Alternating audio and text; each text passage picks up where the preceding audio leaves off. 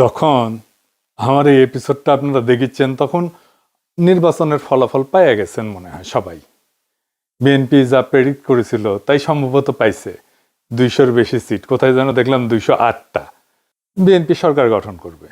আমাদের তো বিজয়ী দলকে মুক্ত কণ্ঠে অভিনন্দন জানানো উচিত, তাই না? কিন্তু জানাইতে পারতেছি না মুক্ত কণ্ঠে। অভিনন্দন জানাই, অভিনন্দন জানাবো, কিন্তু মুক্ত কণ্ঠে জানাইতে পারতেছি না, কারণ আজকে আপনারা জিতছেন কিন্তু ইতিহাস অন্যদিকে হাঁটতেছে। কিছু বিষয়ের কারণে এই ভোটের গায়ে এমনভাবে কালি লেগে গেছে যেটা খুবই খারাপ একটা কাজ হয়েছে। খারাপ কাজটা কি সেটা আমরা আস্তে আস্তে আলাপ করব। এইটার দরকার ছিল না এইভাবে কারচুপি করার। ভোটটা সুষ্ঠু হয়েছে কিন্তু রেজাল্ট সুষ্ঠু হয় নাই। 10:30 পর্যন্ত রেজাল্ট আসতেছে মোটামুটি 2 জোট পাশাপাশি আগাইতেছে, 3-4টা সিটের গ্যাপ, কখনো এই জোট একবার আগে, কখনো আরেক জোট একবার আগে, তারপরে সব বন্ধ বেশ কিছুক্ষণ, ঘন্টা 2-1, তারপরে তত্তর করে বিএনপি আগে যেতেছে। আর জামাত জোট মনে হয় ঢাকার জ্যামে আটকেছে, আর নড়ে না, নড়ার চড়ার কোনো নাম নাই, ওইখানেই থাকলো। 40 থেকে বিএনপি 208 হইল। আচ্ছা বলেন তো, কখনো এইভাবে ডেটা ফাংশন করে? ভোটের সব তো ডেটা, অঙ্ক, এটা কি এইভাবে ফাংশন করে? মানে এটা বিজ্ঞানের কথা, হ্যাঁ, ব্রেনটের কথা আর কি, এডুকেশনের কথা। এগুলো তো র্যান্ডম নাম্বার। যেভাবে ভোটের রেজাল্ট ঘোষণা করা হয়েছে এর কোনো প্যাটার্ন মানে নাই। আপনি এই ডেটা যে কোনো ম্যাথমেটিক্যাল স্ট্যাটিস্টিক্যাল মডেলে ফেলেন, তারপরে দেখবেন এটা ম্যানিপুলেশন হয়েছে। একদম সেই অঙ্কে কষে এটা বুঝাই দেওয়া যাবে। আমি বুঝাই বলি একটারে, ধরেন এটা 300 সিট, তাই না? 2 জোটের সাপোর্ট মোটামুটি কাছাকাছি। তো র্যান্ডম অর্ডারে সিট ডিক্লারেশনের যে ধারা একটার পর একটা আসতেছে, এইটা যদি আমি সাইমুলেশন করি, বারবার করে দেখি, ধরেন 1 লাখ বার করি, করে দেখবো যে কয়বার এরকম প্যাটার্ন আসে। প্যাটার্নটা কিরকম? যে 10:30 পর্যন্ত নেক টু নেক ফাইট চলতেছে, তারপরে টোটাল ফ্রিজ একদিকে, আর একদিকে ম্যাসিভ অ্যাক্সেলারেশন, দাম করে উঠে গেছে উপরে। এটা সম্ভাব্যতা কত? এটা সম্ভাব্যতা যদি 0-এর কাছাকাছি হয় তাইলে এটা কারচুপি। আমি অঙ্কটা করেছি, হ্যাঁ, অঙ্ক করলে, হ্যাঁ, আমাদের বাংলার মার্টিন লুথার কিং অঙ্ক ভয় পায়, তো আমি করেছি, যদিও আমি স্ট্যাটিস্টিশিয়ান না। তাইলে এইটা হওয়ার সম্ভাবনা 0। মানে 1,90,000 বিলিয়ন কোটি বার যদি আপনি এটা করেন তাহলে একবার আপনি এটার চান্স আছে। মানে বুঝেছেন তো এডিটর সাহেব, লিখে দেন 1,90,000 বিলিয়ন কোটি বার আপনি যদি এটা সাইমুলেট করেন, প্রায় অসীম সংখ্যায়, তাহলে একবার এটা হওয়ার সম্ভাবনা আছে। এই এই এই নির্বাচনে যেটা হয়েছে, কি রেকর্ড দেখেছেন, গিনেস বুকে ঠাঁই পাবে বিএনপি দল হিসেবে। এবং তাদের বুদ্ধিজীবীরা এইরকম আসন সংখ্যার কথাই কিন্তু বলছে, 200-র বেশি পাবে বলছে না? বলছে যে জামাত এনসিপি 80টার মতো পাবে, তাই হয়েছে। আমার প্রশ্ন হইতেছে এত নিখুঁত প্রেডিকশন কেমনে করলো? তার মানে আগে থেকে সাজানো ছিল, তাই না?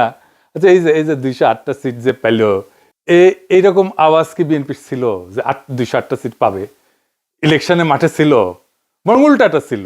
এই লেভেলে জিততে হইলে তো একটা ইস্যু লাগে রে ভাই, বড় ইস্যু লাগে, যে ইস্যুতে সারা দেশ র্যালি করবে। 2008 সালে ইস্যু ছিল বিএনপির দুর্নীতি, সেজন্য আওয়ামী লীগ জিতেছিল, এরকম জিতেছিল। 70-এর নির্বাচনে ছিল স্বায়ত্তশাসন, এজন্য মুজিব জিতেছিল। এইবার কি ছিল? Family card. মানে মানুষ পাগল হইয়া ফ্যামিলি কার্ডের জন্য ছাপ্পর ফাইরা ভোট দিছে। আপনারা সবাই দেখেছেন যে মামুনুল হককে বিজয় ঘোষণা করছে সব কয়টা মিডিয়া, তারপরে ওই খবর সবাই মুছে দিছে। তারপরে দেখি ববি আজাদ জয়, এরকম তো অনেক আসন হয়েছে। এমনকি তারেক রহমানের আসন হয়েছে, 3,500-এর ব্যবধান ছিল, 17টা কেন্দ্র বাকি ছিল গোনা, তারেক রহমানকে বিজয়ী ঘোষণা করে দিছে। তারেক রহমানের প্রতিদ্বন্দ্বী লিখছে, এটা আমি স্ক্রিনশট নিয়ে রাখছি। ওই সময় খুলনাতে মিয়া গোলাম পারোয়ার কত ভোটে হাঁটছে জানেন? 2,000 ভোটে মাত্র। শুধু জামাত 5,000-এর কম ভোটে হাঁটছে এরকম আসনের সংখ্যা কত জানেন? 53টা। মূলত এই 53টা আসনে কারচুপি করে হারানো হয়েছে জামাতকে। কেউ কেউ বলে এটা 70টা। জামাত তাইলে প্রকৃতপক্ষে আসনগুলোতে জিতছে, কিন্তু ডিপ স্টেট সংখ্যা কমায় কয়টা দিতেছে? 70টা না কয়টা যেন দিতেছে, খয়রাতি। এটা তো বিএনপির শক্তি না, এটা ডিপ স্টেট, আওয়ামী লীগ আর প্রশাসনের শক্তি। তার উপরে ভর করে তারেক রহমান দেশ চালাবে। কেমন চালাবে বুঝেন? আমাদের প্রতিপক্ষ তো বিএনপি না, আমাদের প্রতিপক্ষ BNP plus Awami League plus deep state plus India.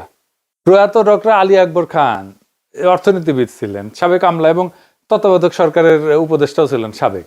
ওনার একটা বই আছে, অবাক বাংলাদেশ, বিচিত্র ছলনাজালের রাজনীতি। ওইটাই উনি লিখছেন যে কিভাবে নির্বাচনের ফল বদলায় দেওয়া হয়। উনি লিখেছেন কারচুপি হয় ভোট গণনার পর্যায়ে এবং ফলাফল ঘোষণার ঠিক আগের মুহূর্তে। বুঝেছাও একই জিনিস ঘটেছে না? অধিকাংশ ক্ষেত্রে দেখা যায় ভোট গ্রহণ শেষ হওয়ার পর যখন গণনা শুরু হয় তখন বিরোধী দলের পোলিং এজেন্টদের ভয়ভীতি দেখায় বা প্রশাসনের সহায়তায় কেন্দ্র থেকে বের করে দেওয়া হয়েছে না?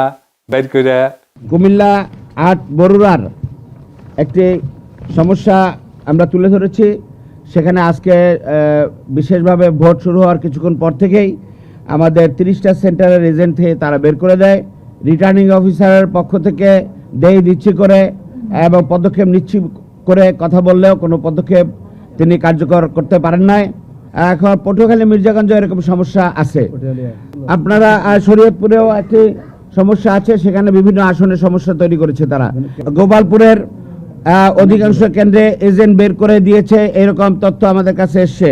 পোলিং এজেন্টদের অনুপস্থিতিতে যখন ভোট গণনা করা হয় তখন আসল জনমত প্রতিফলিত হওয়া কঠিন হয়ে পড়ে। উনি লিখেছেন যে রিটার্নিং অফিসারের কার্যালয়ে, মানে যে ডিসি আর কি, সে রিটার্নিং অফিসার হয়। রিটার্নিং অফিসারের কার্যালয়ে ফলাফল পাঠানোর আগে যে সংকলন তৈরি করা হয় সেখানেই বড় ধরনের কারিগরি করা হয়। ফলে দিনের বেলায় দৃশ্যত শান্ত নির্বাচনও রাতের ফলাফল ঘোষণার সময় সম্পূর্ণ বদলে যেতে পারে। দেখেছেন, একই কথা কয়ে গেছে গুরুজন। হ্যাঁ, কি চমৎকার কয়ে গেছে। এটাই ফলো করেছে আর কি, বুঝিছাও? এটাই জানে আমাদের অ্যাডমিনিস্ট্রেশন, এটাই জানে আমাদের প্রশাসন, এটাই জানে আমাদের ডিপ স্টেট। এই কাজই করে। এই নির্বাচনের ফলাফল একটা ইন্টারেস্টিং জিনিস দেখায়। আমরা গলে জাতীয় পার্টিকে ওয়াইপ আউট করে দিছি। রংপুর ছিল জাতীয় পার্টির দুর্গ। আওয়ামী লীগ বিএনপি 35 বছর ধরে চিত ধরাইতে পারেনি সেই দুর্গতে। আমরা এটা ফ্ল্যাট করে দিছি। আমরাই করছি, বিএনপি করে নাই। রংপুরে বিএনপি আওয়ামী লীগ কিচ্ছু করতে পারে নাই। সেখানে যে এনসিপি জামাত তাদের হারায় দিল, সেই এনসিপি জামাত দুর্বল না যে সারা দেশে হারিয়ে গেল। এই চিত্রটা, রংপুরের চিত্রই সারা দেশে হওয়ার কথা ছিল, হইল না। ডিপ স্টেট হইতে দিল না। এটা আসলে করার দরকার ছিল না। এই আকামটা করার দরকার ছিল না। ভোট খুবই সেন্সিটিভ জিনিস। মুজিব 1973-এ এই কিসিমের একটা নির্বাচন করে গাড্ডায় পড়েছিল।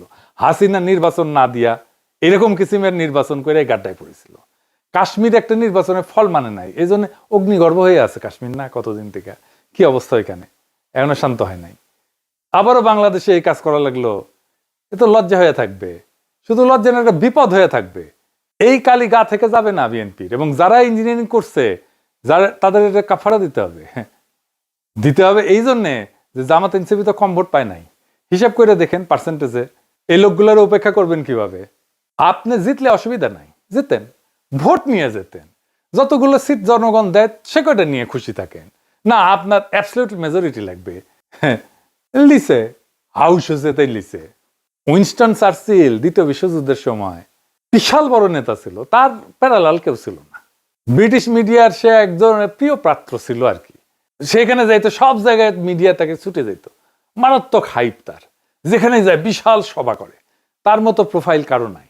সে দ্বিতীয় বিশ্বযুদ্ধের বিজয়ের নেতা। সেই যুদ্ধ শেষ হওয়ার পর এই নির্বাচন দেওয়া হয়েছে, গোহারা হারছে লেবার পার্টির কাছে। তাকে নিয়ে হওয়া হাইপ কই ভ্যানিশ হইল। আবার কিন্তু সে ঠিকই 5 বছর পরে নির্বাচনে জিতেছে। পাবলিকের মনে এরকম। চার্চিল যদি একটা বিশ্বযুদ্ধ জেতার পরে হারতে পারে, সেই তুলনায় আমরা কিছুই না। হারিছি, আমরা তো স্বীকার করি হারিছি। আমরা বিরোধী দল, অপোজিশন, কিন্তু আমরা রেসপন্সিবল অপোজিশন হইতে চাই। সামনের বার জিততে হবে। এই নির্বাচনের বিষয়ে যা যা আইনি ব্যবস্থা নেওয়া উচিত সেটা নিতে হবে। রেকর্ড রাখা জরুরি, সব ডকুমেন্টেশন রাখতে হবে। ভিডিও ডকুমেন্টারি কইরা পোলিং অফিসার, প্রিজাইডিং অফিসার যারা ছিল তাদের নাম টাম রাখতে হবে। নির্বাচন কমিশনে কারা কারা দায়িত্ব ছিলেন সবকিছু সহ প্রত্যেকটা কেন্দ্রে ভোটের ফলের কপি রাখতে হবে, স্বাক্ষর করা কপি। এই নির্বাচনে যা যা অনিয়ম হয়েছে সেটা ভিডিও ডকুমেন্টারি, ক্লিপ, অডিও সব আর্কাইভ করে রাখতে হবে। যে সমস্ত প্রার্থীকে হারায় দেওয়া হয়েছে তাদের পোলিং এজেন্টদের, কর্মীদের সাক্ষাৎকার ডকুমেন্ট করা উচিত। তারপর নির্বাচনের ক্যাম্পেইন করার সময় নারীদের উপরে যে হামলা করছে বিএনপি, সেগুলো ডকুমেন্টেশন থাকা উচিত। এই নির্বাচনে আমরা যে হাইপ তুলছিলাম সেটা তুলনাহীন। সেই জন্য সবাইকে আন্তরিক ধন্যবাদ। অসম্ভব কাজ করছেন আপনারা। কিন্তু সেটাকে ব্যালটে নিয়ে যাওয়ার জন্য যে আরো কিছু করণীয় ছিল সেটা আমরা ঠিক মতো করতে পারি না। এটা স্বীকার করা ভালো, বা করতে পারি নাই। ভোট কেন্দ্রগুলোতে পর্যাপ্ত কর্মী দেওয়া যায় নাই। বেশ কিছু আসনে বিদ্রোহী প্রার্থী ছিল, এটা আমাদের জন্য সমস্যা করছে। কোনো মিডিয়া নাই আমাদের সাথে, কেউ আমাদের কথা বলে না, লিখে না। ইলেকশন ক্যাম্পেইনে ইন্ডিয়া ইস্যু যেভাবে আসা দরকার ছিল সেভাবে আসে নাই। আমি জানি না কেন ওনারা আনেন না। ইন্ডিয়ারে অখুশি করবেন কিনা, ইন্ডিয়া যদি অখুশি হয়ে যায় সেটা ভেবে যদি না বলে থাকেন তাহলে তাদের বিপদ। নারীদের একটা রিজার্ভেশন ছিল, এটা কাটে নাই। নারী ইস্যুতে একটা স্পষ্ট লিখিত অবস্থান নেওয়া উচিত ছিল, সেটা না হয় নাই।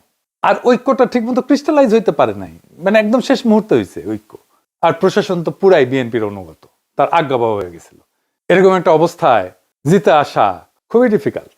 তারপরে ক্যাম্পেইনটাকে আমরা এমন একটা জায়গায় পৌঁছায় নিয়েছিলাম যেখান থেকে মনে হয়েছে যে আমরা জিতে যাব, এবং আমাদের তো খুবই ভালো রেজাল্ট করার কথা ছিল। বিএনপিকে জিতলে খুব মার্জিনালি জিততে হতো।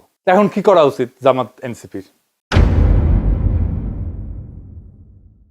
এখন করণীয় হইতেছে 3টা রাজনৈতিক এজেন্ডাকে কেন্দ্র করে জোটের রাজনৈতিক ভিত্তিকে সংগঠিত করা। 1 নাম্বার, একটা রেসপন্সিবল অপোজিশনের ভূমিকা নেওয়া। আমরা রেসপন্সিবল অপোজিশন হইলে আওয়ামী লীগ ফেরার রাস্তা বন্ধ হয়ে যাবে। এখনই নতুন সরকারের বিরুদ্ধে আন্দোলন সংগ্রাম করে খড়গহস্ত হওয়া উচিত হবে না। আমরা দেখি কি ডেলিভার করতে পারে বিএনপি। এই সরকার চালানো বিএনপির জন্য হানিমুন পিরিয়ড হবে না, অত্যন্ত জটিল হবে সরকার চালানো। আর যা যা প্রতিশ্রুতি দিছে সেগুলো ডেলিভার করতে ওদের ঘাম ছুটে যাবে। জামাত এনসিপি আন্দোলন করলে বলবে ওদের জন্য আমরা কাজ করতে পারি নাই, দায় চাপে দেবে আপনার উপরে। 2 নম্বর হইতেছে এই বিএনপি শাসন চালাইতে গেলে ভুল করবে, মিস্টেক করবে, অত্যাচার করবে, নিপীড়ন করবে, নির্যাতন করবে। আপনারা একটা হাসিনা 2 রেজিম দেখতে পারবেন। সেইখানে আমাদের খুবই ক্যালকুলেটিভ আন্দোলন গড়ে তুলতে হবে। এই যে দেখেন, ইলেকশনে জিতে আওয়ামী লীগের স্লোগান দিতেছে বিএনপি, একটা দুইটা শিবির ধরে ধরে জবাই কর।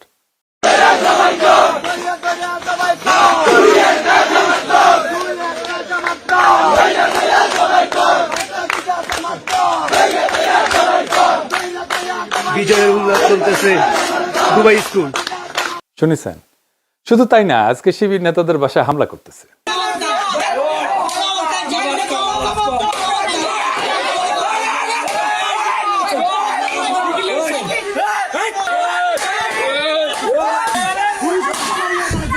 বিএনপির সন্ত্রাস,